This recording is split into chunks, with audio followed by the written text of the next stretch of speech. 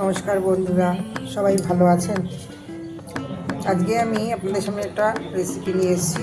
এটা অনেকেই করে থাকেন, আমিও করছি।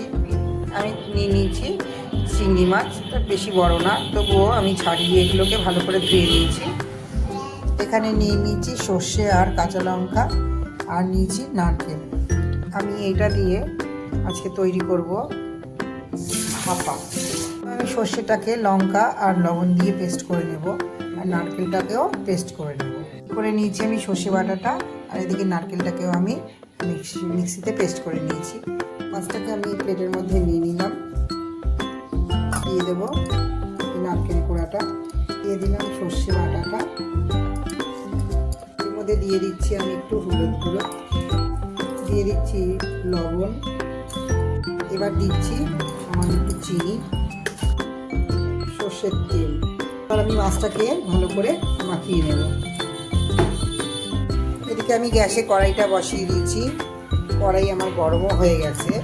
আমি দিয়ে দেব সর্ষের তেল, দিয়ে দিচ্ছি একটু কালো জিরে। এই মাছটাকে আস্তে করে এর মধ্যে ঢেলে দেব।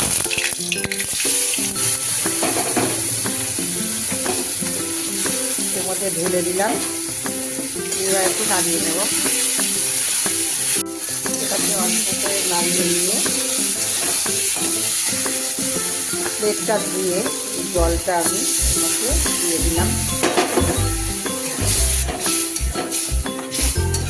দুটো কাঁচা লঙ্কা দিয়ে দিলাম আমি, দিয়ে এবার এটাকে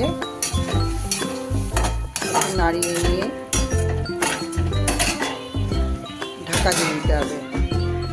আঁচটা একটু কমিয়ে দেবো। এবার ঢাকাটা খুলে একটু দেখে নেব, আবার একটু নাড়িয়ে দেবো। মাঝে মাঝে একটু উল্টে পাল্টে নাড়িয়ে নিয়ে দেখে নিতে হবে। একটু স্বাদের জন্য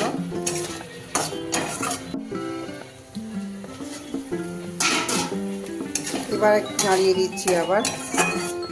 চিংড়ি মাছ বেশি সময় লাগে না, খুব ঝটপট হয়ে যায়। আমার মাছটা হয়েই এসছে।